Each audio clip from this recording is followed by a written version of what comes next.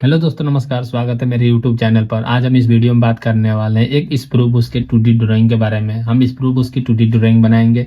उसमें ड्राइंग बनाना और पढ़ना दोनों सीखने को मिलने वाला है हमें। और उसके बाद हम इसकी मैन्युफैक्चरिंग प्रोसेस के बारे में बात करेंगे और किस मेटल का बनाया जाता है। ये सारी चीज़ें हम इसमें डिस्कस करने वाले हैं, तो बने रहिएगा वीडियो में। सबसे पहले यहाँ पे एक अननेसेसरी फेस हमें दिख रहा है। ये जैसा कि हमने वीडियो में बात किया था कि करेक्शन एंड मॉडिफिकेशन में क्या होता है, जो हम टूल डिजाइन करते हैं तो उसमें कुछ दिक्कतें आती है। तो वो हमें एक डिटेल व्यू, यानी कि हम 2D जब करते हैं या फिर उसका डायमेंशन दिखाते हैं तो उसमें हमें चीज़ें दिखती है। क्योंकि जल्दबाजी में डिजाइन करते समय कुछ चीज़ें मिस्टेक हो जाती है, कई मिस्टेक, तो हम उसको सुधार सकते हैं। तो इसीलिए मैंने बोला था एक सेपरेट वीडियो हम रखेंगे करेक्शन एंड मॉडिफिकेशन के। पर उससे पहले हम इसका 2D करने वाले हैं, तो हम एक 2D के लिए जब पार्ट उठाएं तो ये दिक्कतें दिख रही है, इसे हमें पहले सही करना होगा। तो मैं यहाँ से ऑफसेट रीजन से कमांड लिया हूँ और ये वाले फेस को पकड़ के मैं इसे पीछे की तरफ ड्रैग करके ऑफसेट कर देता हूँ, तो ये प्रॉब्लम हमारा हट जाएगा। अब दो दिक्कत इसमें और है, उसे हमें करना होगा। पहला क्या है, यहाँ पे ये जो फेस है ये पूरा फ्लैट है, हमें यहाँ पे रेडियस देना होता है। तो हम रेडियस की जगह पे जैसे अगर चेम्फर भी अप्लाई करते हैं और यहाँ से आइसोमेट्रिक करते हैं तो हमारा काम हो जाता है। सॉरी, ये नीचे वाला नहीं, ये वाला ड्रैग करेंगे ये नीचे की तरफ, और इसे हम 8 mm पर ड्रैग करके नीचे 3 mm पर अप्लाई कर देते हैं। और यहाँ पे फिर से सिमेट्री करता हूँ मैं, और ये वाला फेस को सिलेक्ट कर कर यहाँ 0.5 का चेम्फर डालूंगा, ताकि ये जो शार्प एज है वो ख़त्म हो जाए। वैसे हाथ में हमारा काम करते समय लग जाता है तो हाथ कट जाता है, इसलिए हम इसको हटा दिए।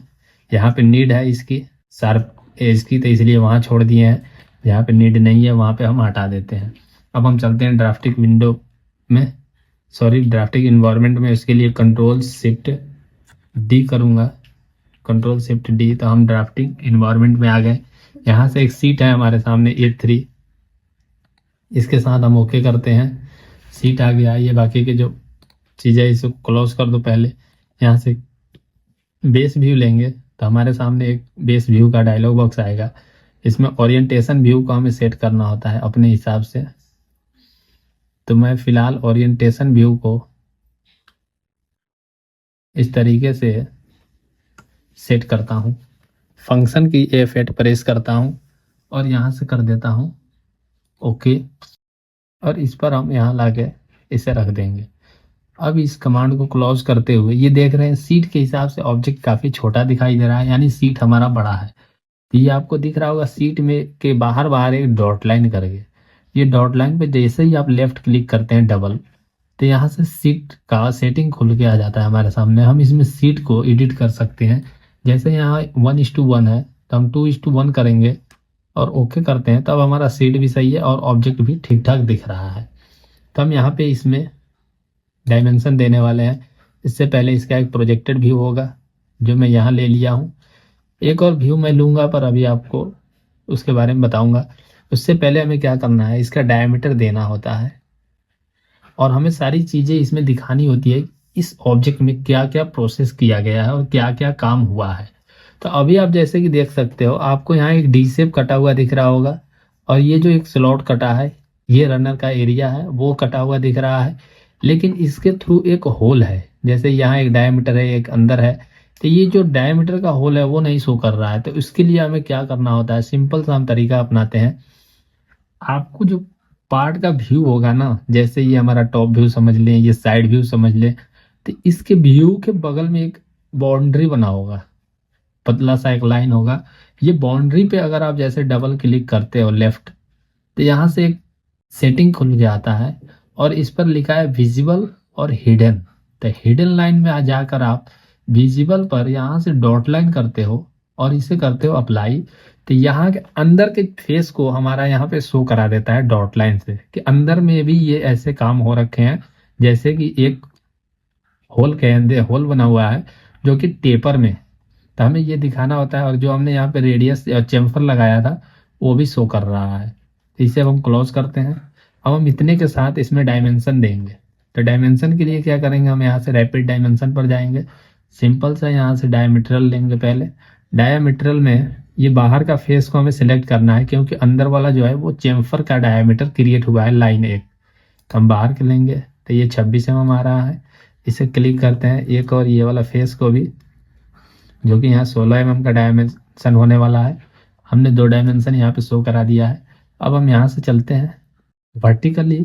वर्टिकली में सॉरी हम एक यहाँ से वर्टिकल में ये वाला पॉइंट को सिलेक्ट करके दूसरे ये सिलेक्ट करता हूँ, तो यहाँ 16 mm का एक डायमेंशन मिल जाता है, जो कि ऑलरेडी यहाँ पे शो करा रखा हूँ मैं। और उसके बाद एक और हमें डायमेंशन देना होगा। यहाँ से ये पकड़ता हूँ और यहाँ से ये 24 mm का आ रहा है। अब आप कहोगे यहाँ पे जो डायमीटर है वो 26 का है, यहाँ 24 का क्यों आ रहा है? तो मैं आपको बताना चाहूँगा, आप इसे जूम करोगे तो देखोगे तो यहाँ से जो हाइट है ये कम है और यहाँ से ये हाइट ज़्यादा है। एक डायमेंशन शो करा देते हैं, यहाँ नहीं कोई कराता है, पर मैं आपको समझाने के पर्पज़ से बस ये दिखा रहा हूँ। ये 5 mm है और यहाँ से अगर मैं देखूँ ये, तो ये 3 mm है। यानी कि इसमें जो चेम्फर कटा है वो 2 mm हमारा डायमीटर को कम कर दिया है। तो ये 5 3 8 हो गए और ये 16, यानी 24 mm वही डायमेंशन हमारा शो कर रहा है डी के शेप वाला। अगर मैं आपको यहाँ पे दिखाना चाहूँ तो इसे करता हूँ क्लोज, और क्लोज करने के बाद यहाँ पे मैं इसका एक प्रोजेक्टेड व्यू लूँगा। यहाँ इतना व्यू नहीं होना चाहिए, पर मैं आपको बस समझाना चाहता हूँ कुछ। तो यहाँ से जब मैं रैपिड डायमेंशन लेता हूँ, यहाँ से करता हूँ हॉरिजॉन्टल, ये वाले पॉइंट के साथ इसको सिलेक्ट करता हूँ, तो आप देख सकते हो 26 mm ये शो कर रहा है। यानी डी वाला ये एरिया हमारा यहाँ पे कट रहा था, जिस हिसाब से ये 24 बता रहा था। तो 26 का डायमीटर है, क्लियर है, कोई डाउट नहीं है। तो हम इसको अभी हटा देंगे ये वाले ऑब्जेक्ट को। यहाँ से बाउंड्री पर राइट क्लिक करते हैं, डिलीट का ऑप्शन होगा, डिलीट करते ही ये हमारा फेस हट गया। तो हमारा इतना काम हो गया। अब हमें इसमें वर्टिकल भी डायमेंशन सॉरी हॉरिजॉन्टली भी डायमेंशन शो कराना पड़ता है। तो ये वाले लाइन को सिलेक्ट करता हूँ और यहाँ से ये पकड़ नहीं रहा है, कभी कभी दिक्कत आती है, तो थोड़ा मैनेज करना आप। जैसे कि मैं ये वाला फेस को लेता हूँ और सेकंड नंबर पर ये वाला फेस को लेता हूँ, तो यहाँ से हमें मिल रहा है 62 mm, 62.5। फिर से एक बार करेंगे ये, और सेकंड में भी हमें ये वाला सिलेक्ट करना होगा बाहर बाहर का। ये टोटल हमारा मतलब कि 25 mm का एक स्टेप है, जो कि 26 का डायमीटर का है, और उसके बाद का जो लेंथ है 16 mm का वो 62.5 डायमीटर का है। अब टोटल लेंथ भी हमें शो कराना होता है, तो टोटल लेंथ के लिए भी हम हॉरिजॉन्टल में ही डायमेंशन देंगे। तो टोटल लेंथ के लिए एक बार ड्रैग करके इधर लाता हूँ और यहाँ से इसका मिड पे क्लिक करता हूँ। नहीं, मिड से तो ले नहीं रहा है, ये डबल ऑप्शन सेलेक्ट हो जा रहा है कभी कभी, तो ये थोड़ा दिक्कत करेगा। इन्फेरेड पर है, हॉरिजॉन्टल करता हूँ और दूसरा ये, पहला एक ये हो गया। एक और सेकंड ऑब्जेक्ट हमें सेलेक्ट करना है, सेकंड में मैं ये वाला लेता हूँ। तो टोटल हमारा जो डायमेंशन होने वाला है वो है 87.5, यानी इसका टोटल लेंथ 87.5 है, जिसमें 62.5 जो है 16 का डायमीटर बनेगा और 25 mm तक 26 का डायमीटर बनेगा। अब हमें यहाँ पर भी डायमेंशन देना होता है, तो हम वर्टिकल पोजीशन में इस पॉइंट को सिलेक्ट करते हैं एक ये, और यहाँ 3.7 का एक डायमीटर का होल है, और यही होल टेपर में जब यहाँ तक आ रहा है तो ये बन रहा है फर्स्ट, और ये क्लिक सेकंड, ये ऊपर 8 mm का बन रहा है। तो ये चीज़ हमें दिखाना होता है। तो हमने इतना डायमेंशन शो किया है, अभी इसमें कुछ रह गया होगा वो भी हम दिखा देते हैं। तो यहाँ से मैं चलता हूँ एक बार हॉरिजॉन्टली, यहाँ पे जाऊँगा और एक ये दूसरा ये 0.5 का चेम्फर है, इसका एंगल हमें देना होता है कि कितने डिग्री में है। तो ये वाले फेस को सिलेक्ट करके अगर इसको मैं करता हूँ तो ये 90 आ रहा है। एक बार रिफ्रेश करते हैं, 90 नहीं होगा, एंगुलर पर जाते हैं हम, 45 का होता है एक ये और दूसरा ये। तो ये 45 डिग्री का चेम्फर है जो कि 0.5 में है। ये चीज़ हमने इतना इसमें शो करा दिया है, 2 जगह है, यहाँ पर भी है। तो हम एक बार यहाँ का भी दे देते हैं।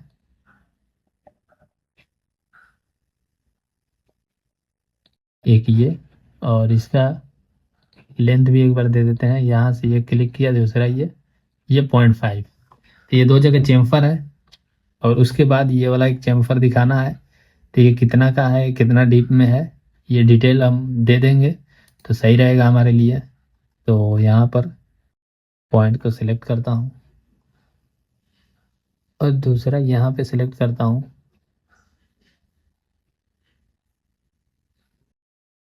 तो ये 19.5 है, और 19.5 इसको ड्रैग करके पीछे लेके जाता हूँ मैं, और इसे ड्रैग करके एक बार क्लोज करते हैं। आगे सेट करता हूँ, जो डायमीटर बड़ा है उसे हम पीछे रखेंगे। इस तरीके से आप सजा सकते हैं इसे। और एक बार रैपिड डायमेंशन में जाता हूँ, यहाँ से हॉरिजॉन्टली भी इसका डायमेंशन देना होगा। ये लाइन हो गया, एक ये लाइन हो गया, यानी 3 mm तक अंदर की तरफ है। ये इतना हमने डायमेंशन इसमें दे दिया है। एक और रह रहा है यहाँ पर, ये वाला। ये तो जैसे यहाँ से ये और ये इसका पोजीशन होगा, हमें वर्टिकल में लेना होगा। तो एक ये पॉइंट, दूसरा ये पॉइंट, ये 5 mm का ढाया है, सिंपल सा। और यहाँ से हॉरिजॉन्टली इसको देखा जाए तो इस पॉइंट से लेके ये मिड पॉइंट तक, यानी 2.5 है। तो कुल मिला के ये जो डायमीटर होने वाला है, ये 5 के डायमीटर का एक हाफ राउंड सर्कल क्रिएट किया गया है। तो इतने डिटेल्स हमने इसमें शो करा दिए हैं। एक और डिटेल हमें इसमें डालना होगा, जो कि डी का होगा। तो हम यहाँ से वर्टिकल पोजीशन पर जाएंगे, और ये सेंटर को लेंगे, और यहाँ से ये बाहर वाले लाइन के साथ इसको यहीं पे ही हम दिखा देंगे कि 11 mm, यानी इसके सेंटर से 11 mm तक पर एक डी कटेगा। 11 mm छोड़ के जो ऊपर का फेस होगा वो हम काट देंगे। अब इसकी मैन्युफैक्चरिंग प्रोसेस की बात कर लें, उससे पहले मुझे एक और ऑब्जेक्ट यहाँ पर लाना होगा। एक बार बेस व्यू में जाता हूँ, और बेस व्यू में यहाँ से मैं ओरिएंटेशन इसका चेंज कर दूंगा। तो एक बार इसे ड्रैग करके नीचे लेके आता हूँ। ये जो टॉप है आइसोमेट्रिक कर लेंगे हम यहाँ पर। तो आइसोमेट्रिक ये हमारा रह गया। तो ये है, ये ऑब्जेक्ट बनेगा हमारा। तो डी हमारा इसमें दिख नहीं रहा है, तो हम फिर से इसको करेंगे। हमें डी को भी शो कराना है। तो बेस व्यू में जाता हूँ मैं, और यहाँ से नीचे इससे मैं सेट करूँगा अपने हिसाब से। तो ये अब यहाँ से समझ में आ जाएगा कि ये कैसा बनने वाला है। अब ये यहाँ पर मैं रख दूंगा, और रखने के बाद यहाँ से हम चलेंगे सेटिंग में। तो सेटिंग में चलते हैं, इस पर राइट क्लिक करता हूँ, सेटिंग में जाता हूँ। यहाँ से आपको ये विजिबल में जाओगे, तो यहाँ पे विजिबल में नहीं होगा यहाँ से, और इसे ड्रैग करके नीचे चलते हैं हम शेडिंग में। शेडिंग में आप जाओगे तो ये वायर फ्रेम होगा, इसे आप फुल्ली शेडेड कर देना, और यहाँ से कर देना ओके। तो ये इस तरह का दिखाई दे रहा है ऑब्जेक्ट, जो कि इसका 2D ड्राइंग ये है। अगर ये ड्राइंग को हम मेंटेन करके चलेंगे तो ये ऑब्जेक्ट क्रिएट होगा। इसका प्रोसेस क्या होने वाला है, इसमें हम EN353 मटेरियल लगा देते हैं, नहीं सॉरी EN31, या हाँ EN31 में भी हम बना सकते हैं इसको। कहीं कहीं P20 में भी बनाया जाता है, और इसको हार्ड कराया जाता है। उससे पहले क्या है, हम लेथ पे मशीनिंग कराते हैं। रफली राउंड मेटल लेंगे, 87 का है तो हम लगभग 90 के आसपास का मेटल लेंगे। उसको 88 यानी 88 का हम एक सिलेंड्रिकल बनाएंगे। उसमें फिर हम स्टेप डलवाएंगे, यानी रफली हम लेथ पर काम करते हैं। पहले मार्जिन रखते हैं 0.5 का, जो कि हार्डिंग के बाद हम CG यानी सिलेंड्रिकल फिनिशिंग मशीनिंग ये होती है।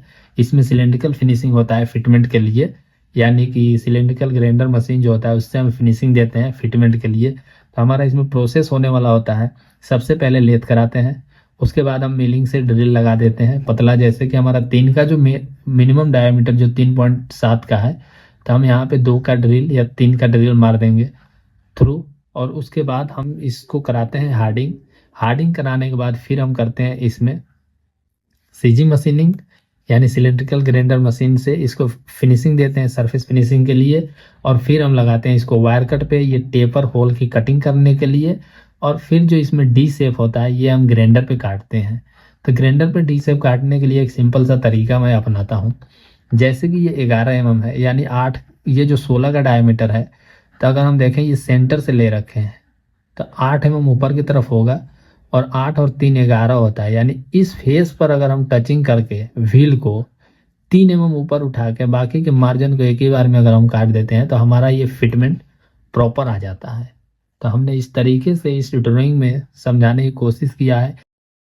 वीडियो अच्छा लगे तो लाइक कर दीजिएगा और चैनल को सब्सक्राइब कर दीजिएगा। फिर मिलते हैं अगले वीडियो में, तब तक के लिए नमस्कार, जय हिंद।